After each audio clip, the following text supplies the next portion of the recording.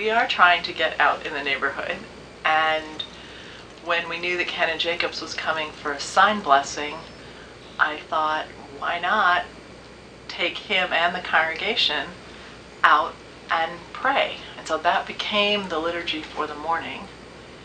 And Mary Grace was great because two minds are always better than one. So as we were planning and looking, there was some new construction. What were we going to do about that? Day during the week, me and Mother Allison went out and we walked around the neighboring community right by our church, and we looked at the prayers and we looked around, and at one point we were looking at the stores and we combined it into a prayer of people. And when we walked down by the Hudson River, we looked out and we saw through a few trees and buildings a peak of the river, and we combined that with a nature prayer.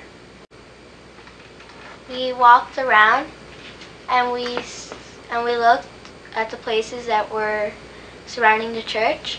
One was the medical office, and we found a prayer in the prayer book that dealt with medical information and prayers. And then we walked by the neighboring synagogues, and we found a prayer that dealt with other religious denominations. It made me see the neighborhood in a new way. And all the prayers we found were basically in the prayer book. So we have resources in our tradition. And it just seemed like a good idea. And people afterwards said that they started out being self-conscious, but that as they did the walk, they felt prayerful in spite of the fact that we were outdoors, and they didn't know a lot about what was immediately around us. So we could see that too.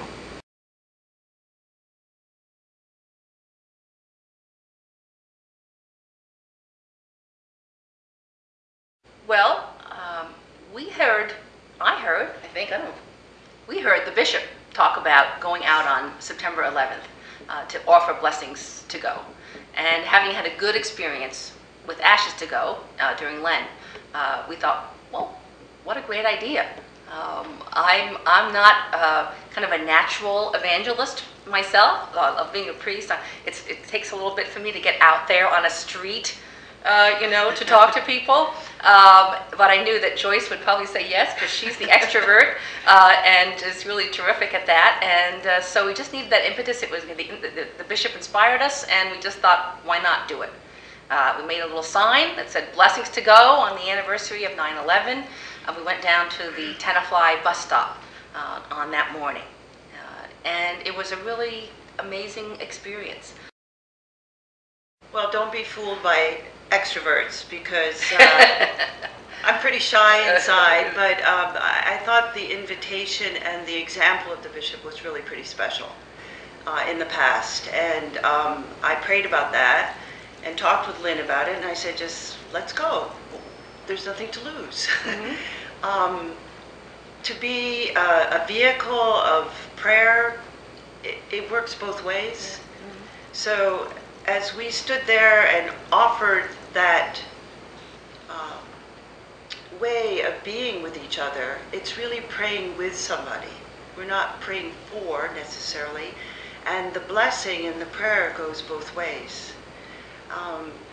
And it was really kind of crazy of me, but I jumped on the buses, and it was very interesting that the bus drivers were very receptive. And so when I would say a prayer or talk about what we were doing, I said it very loudly so that it would encompass everybody on the bus and they could receive it or not receive it. And you would see a lot of people nodding their heads and saying amen or thank you so much. And so that is really very special. So it was a really Which- terrific experience for which- us, and I think a way of being in the community. Yes. You know, I think a lot of us have confusion over the whole missional language. We don't really know what that means completely. And yet here's I think maybe a very simple example that the bishop gave us of just being in the community. And once you're there, you realize, as Joyce said, that you're not just out there praying for other people, but that God is already there in the lives of the people that you're meeting. And so you're blessed by them, you know, as well.